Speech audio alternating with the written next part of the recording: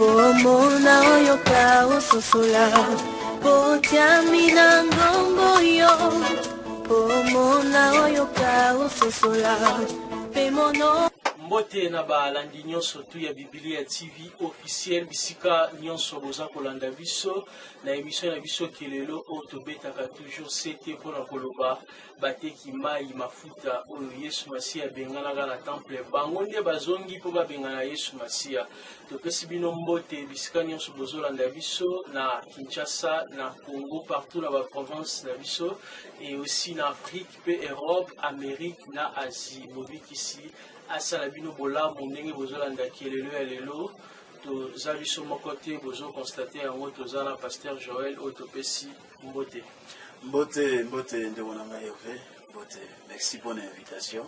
Ok, merci mingi Pasteur et lelo ozosepelisa biso tolobela na ntina na sujet oyo parce que tozomona yango ekomi la vie courante ya lelo ke bato baza kosala ba pratique hors Bible. Donc makambo yo ekomama na Bible ezosalema lisusu te mais bato bamemi philosophie lolenge na bango baza komonela makambo baza koluka komema ngo na ba église okomona ba pratique lokola oh non tel jour bokolata bilamba ya couleur boye tel jour bokoyala ba bougie ou bien tel jour bobondela na air boye. Bon, Pasteur Joël, mais quand un peu connu cette vidéo, est-ce que ma pratique wana eza malamu na bana na nzambe basalaka yango à chaque fois? Merci beaucoup mon frère Hervé Zamba azwa lokumu na journal lelo to pamboli bandeko bazolanda biso Zamba pambola bino. Merci beaucoup pour la question. Je crois que moko na makambo yo ezo ningisa mokili lelo, ezo ningisa église des pratiques, des services. Il y a des pratiques au Moussoussou et à ma bête parce que le Saint-Esprit peut inspirer à tous les services. Saint-Esprit a qui peut inspirer pour un décoté, sambela pour la maille. Mais si vous au plus de boya awa et comme le roi doctrine. Et comme le roi doctrine, donc oyayo, au qui jamais pour ça la seule maille zati. Mais au comité na niveau ya au teke la batu ba maille. C'est-à-dire, si vous coopérez dans la compagnie, vous pouvez battre la maille, parce que vous avez le yo, alors, vous avez livré la maille, vous avez $10. Vous avez dit, maman, vous avez fait du solo. À somba 4 bouteilles de maille, une bouteille, vous avez $50. Et pas, il y a pasteur moro awa, à étranger. À ce moment, la bouteille moro $50, donc $50, $200.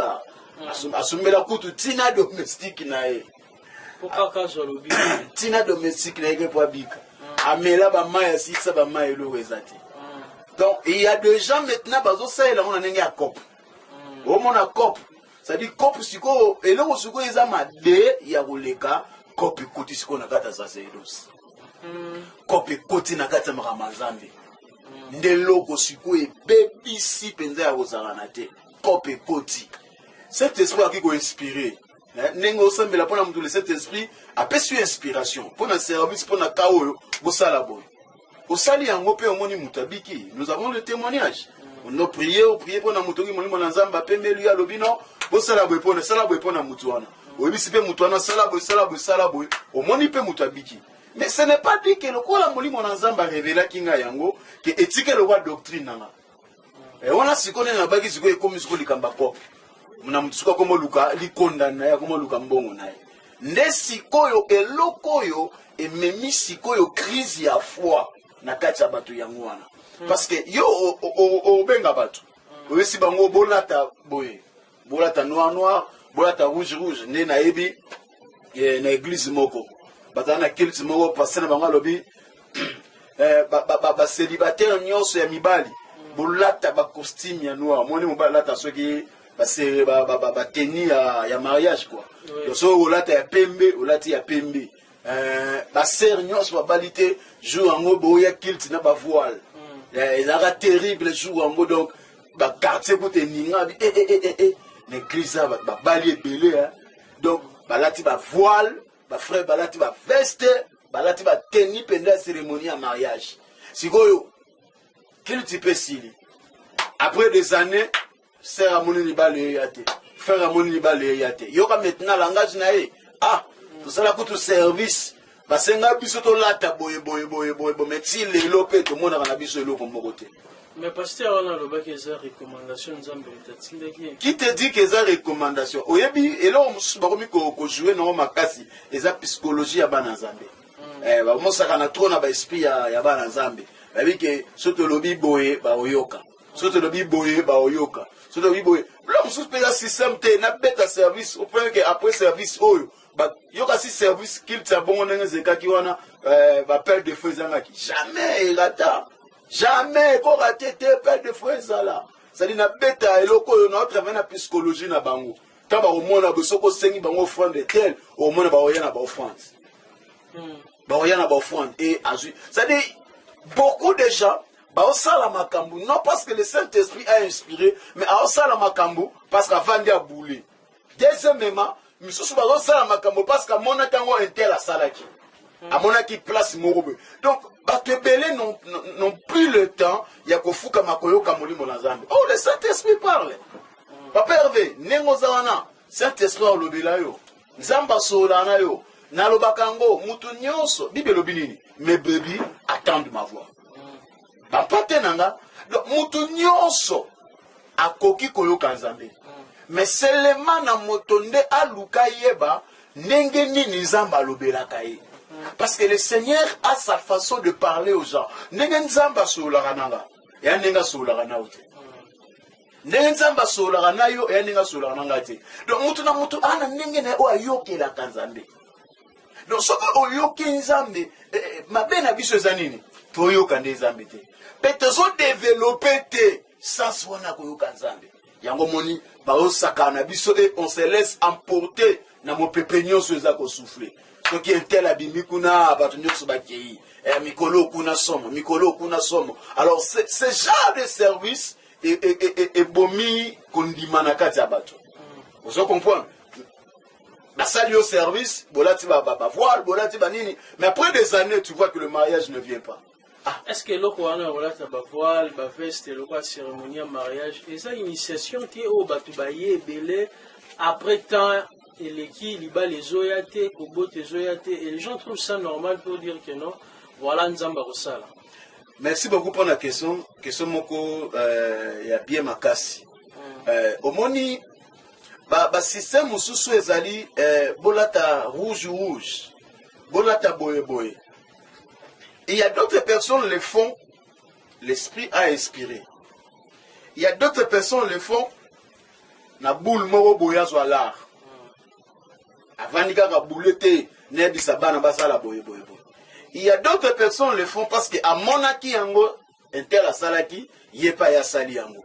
Et quatrième catégorie, d'autres personnes ba osala yango parce que balingi ba initier bana bango église. Ndé siko bisika na ko ina question na yo. Ba osala yango na cadre ya initiation. C'est-à-dire yo latino ka rouge oyebi na ote okeinzo ka pasteur na bino eza déjà ba esprit na yo a travailler na bango de basenga ki latisa bana noir latisa bango na bi pas église moko boye moko musu kala na lemba na olika na lemba na moni batie ba chapelle ba nyos balati noir. Je me suis demandé o eza nini yango boye ba singa ono pasteur abaki to ata noir lelo pour le to le la ba binemi na biso. Binemi na biso ba okufa donc te ça matanga mais misa bango kutuna ba pao ba ya ba pao donc ba otimo na mabulu sika ba okunda ba c'est pas ça l'intérêt moko ya GD na lemba ba na lemba ba e bien donc ba ina ba pao ya otimola ngana bi pao libulu ya okunda mutu ngana otimola ngote ba basaka na cimetière de batimola salana mais yo yede ana pao potimola okunda be soki okoti na kata profondeur na yango na yoka lelo pasa yango ipara abela liboma Aza gardé quelque part pour Abela Liboma. Vous comprenez? Donc, et l'on voit ça là, on a kata ignorance. Balata na bombe, ba yebite. Ba kota na kata ordre. Est-ce que ça a des conséquences? Il y a toujours des conséquences, mon frère. Il y a toujours des conséquences. Ba ko vivre en na mariage na bango. Ba ko vivre en na bana na bango. C'est-à-dire qu'il y a d'autres choses aux okuta nango lelo tu te demandes pourquoi ngaka boye? Sans inspiration, sans révélation, oyokaka oba yebisu yo osalika na bisala sala lelo yo okomi ko vivre les conséquences ba témoignage ezali ebele. Donc pasteur lelo toko koloba bisika nyonso eza bisika okota te. Bisika nyonso mon frère. Ata bazo embela Yesu bazo bina baza propre. Tout le monde peut être si comme ma qui les autres en église, tout le monde peut signe morobo satanique te donc ils arrêtent ici qu'on contacter. Pasteur, on t'a passé mon frère Hervé. Oye bi Satan asoka lingi attirer mutu akobimise longini ya Satan te. Akocha liboso église te que ma seke ba nous ba comprendre que remarquez ba église abatuana eza propre. Deuxièmement, bango moko ba ataka propre. Troisièmement, baroula carrosse. Donc il faut azala chic, azala bien pour attirer les gens. Donc bisika nyonso, eza bisika ya kokotate. Bisika nyonso ba kobe la Yesu, ezaka ka Yesu ngana to yebite. Bazo utiliser eza na passage mon na Bible. Basi moko sambo. Balobi nini basi wana? Bazo senga na mobile na bangoni. Pesa biso kaka kombo na yo. Tola taka ande kombo na yo. Mais o etali kolia. O etali makambo mususu eza biso moko mais biso toaka na besoin ya kombo na yo pour longola biso soni. Donc il y a des gens qui utilisent juste le nom de Jésus pour longola soni. Mais makambo mususu ba osala na secret. Ba sa makambo mususu. Te etali ku Yesu te. Maintenant quand tu te retrouves na bisika nenge wana. Yeba ete il y a d'autres personnes. Si tu étais destiné à vivre 70 ans, à vivre peut-être 80 ans, yebake, faut réduire. Ba réduire. Te yangonde zo sala masiko mingi. Conséquence ya makasi ezali réduction ba année de vie. La lingi le rôle toucher mamba réduction ba vie o le belaba na nzambe bien place au batba comprendre que na ba église wana le rôle point liboso toucher qui est batona bazara toucher psychologiquement et aussi spirituellement ba constater ba liwe za na ba église wana te fou les a il y a 500 000 3000 personnes mais au moins chaque mois batba kufaka chaque mois batba kufaka chaque année batba kufaka il faut batba comprendre ngo ba yeba peut-être ba cause là peut-être parce que pour que les lo oyo za pour que batba la mukaba comprendre que non ah na zale ko se retrouver ne sika oyo na fungola ngo na misu bien. Chaque année, chaque mois, chaque année, il ne manque jamais de morts dans l'église. Donc, on attend sur 2 personnes, 3 personnes, chaque année. Les morts, on a dit, mais chaque année, dans votre église, chaque année, bon, so yi mutalandinga boye aoloba taba bilobela oyo liweza na normal. Oui, liweza normal, mais il y a d'autres morts et ça normal. C'est normal. Et ba liwa mususu, et ça ba mbeka. Batu bazo leka ba mbeka. Tu vois tu msu ba kufa oh non akufi na Covid. Est-ce que liwa nyonso zaka Covid? Te liwa no c'est ya Covid te. Mais et comme ils sont mutakufi, ba tieka na liste ya Covid. Wana toye ba te soki za nini ba mu ba yebi bon 600. Problème n'a pas des alliés. Chaque année dans votre église, il y a la mort. Chaque année, chaque année. Par rapport à la service, par rapport au quotidien, parce que j'avais touché le point de réduction à l'année de vie. Au 50 ans. Mais tu n'étais pas destiné à vivre 50 ans. Mais les 30 ans là, bah réduire yo yango. Bah réduire yo yango parce que service moro boye salemaka. Parce que rabino peut-être bo lata boye. Ko lata na lobité que nyon se za mabe. Il y a d'autres les ali pena inspiration Saint-Esprit. Normalement nzamba révéler mo salina yi. Mais bien élevé le Seigneur. Et ça la mususu ezali à Saint-Esprit te. Ezali recommandation ya loge na bango. Recommandation, parce qu'il y a d'autres pasteurs, beaucoup de pasteurs qui sont dans le loge. Ça, c'est une recommandation à loge. Et non, c'est une recommandation à Saint-Esprit. Parce que loge est recommandé. On remarque que l'église à Néniwana, l'appel de fouet à la trop. C'est un bon au moins mingi. Parce que mon autant que c'est un pourcentage. C'est un pourcentage.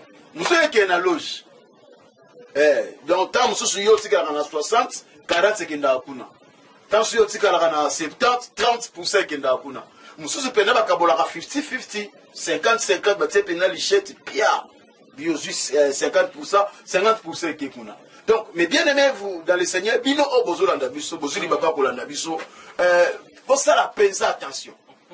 Le diable est entré, Satan a côté. Bible lobby, si cela est possible, même les élus seront séduits. Le diable a côté, mission à Satan ezali à séduire même les élus.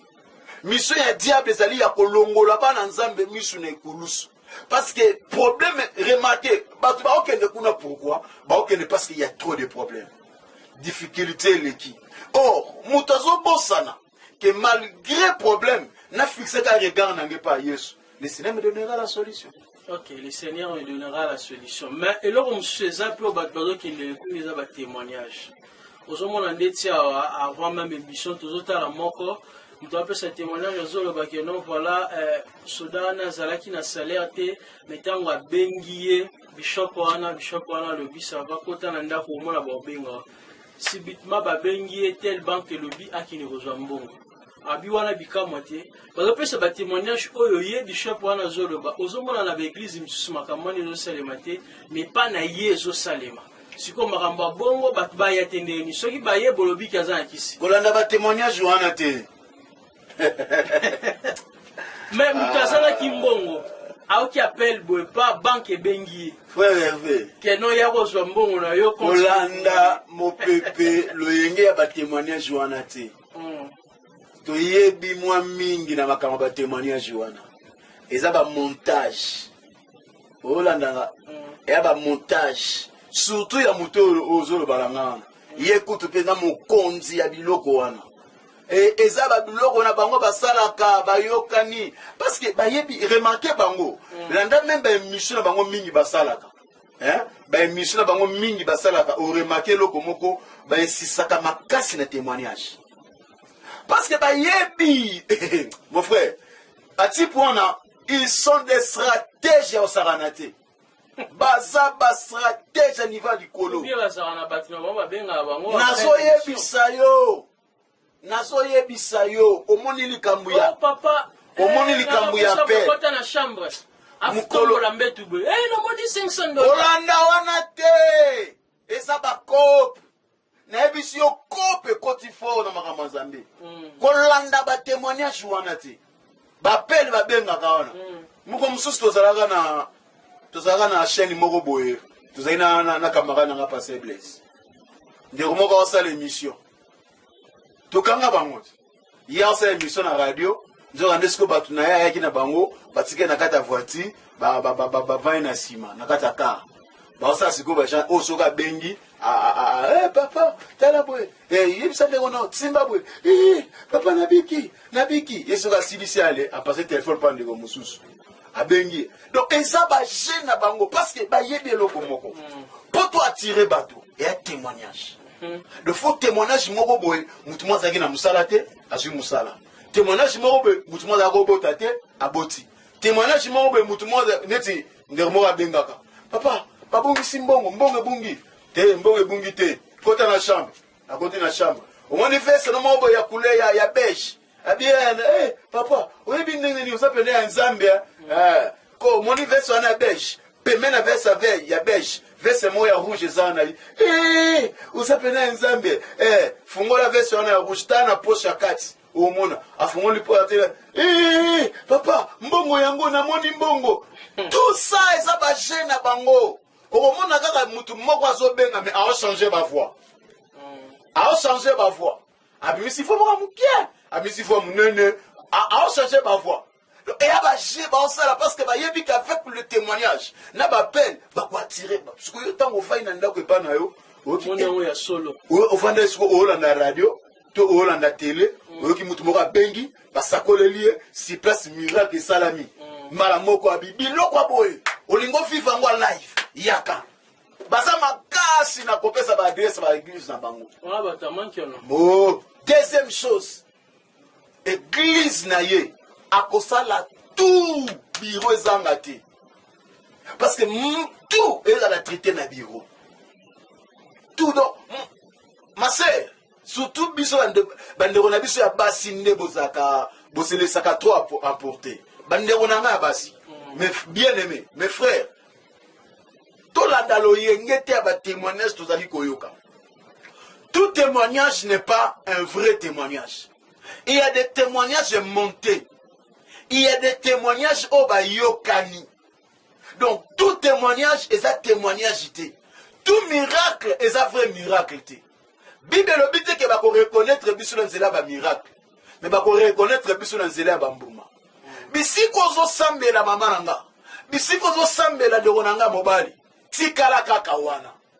Pasteur na yo wana. Kangama kaka na nzambe na ye. Oyo kosala ezaka moko. Tambola kala ba principe nzambe. Nzamba za na ba principe na ye. L'Éternel marche dans ba principe. Oningo kuta na nzambe tambola kala ba principe nzambe. OK, tambola kaka na ba principe ya nzambe. Mais surtout ko le balisus pasteur Joël concernant makambo ba miracle ba pratique ezo salema. Surtout moni na ba débit ya réveil na Congo ba papa et na bala. Papa Vernon, c'était pas comme ça. Il prêchait la parole et miracle les acquis authentiques. Au Badbazalé Komona. Mais si ceux qui le lisent au Salématé, nous avons recourir dans la pratique où ils ont occulte, où ils ont manqué ou non. Parce que Makambo pèse authentique, ils ont en été quelque part.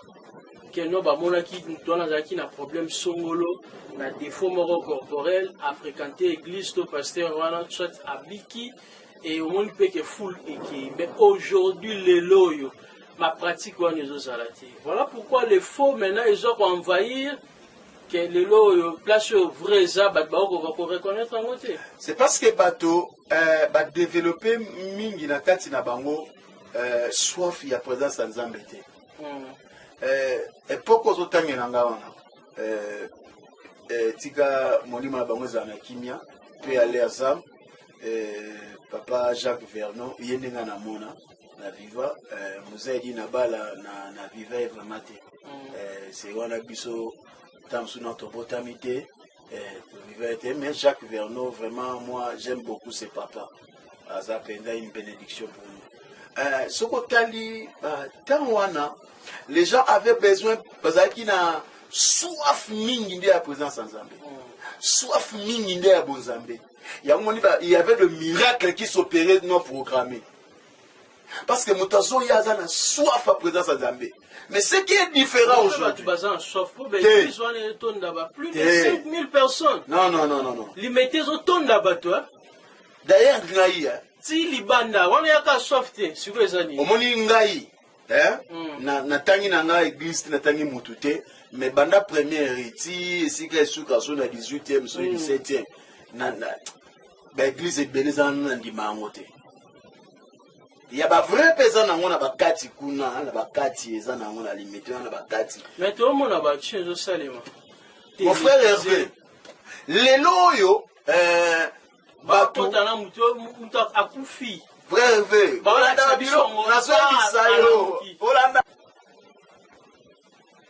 ok, donc, il y a un problème, il y a soif. Au moment où, à l'époque où les gens avaient besoin plus, parce qu'il y a soif, il y a présence en Zambé. C'est différent dans les lots. Parce qu'il y a soif, il y a Zambé. Le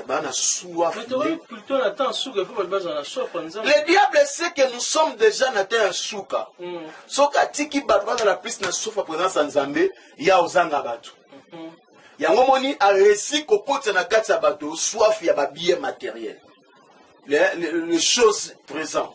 Donc batu bazan a besoin plus.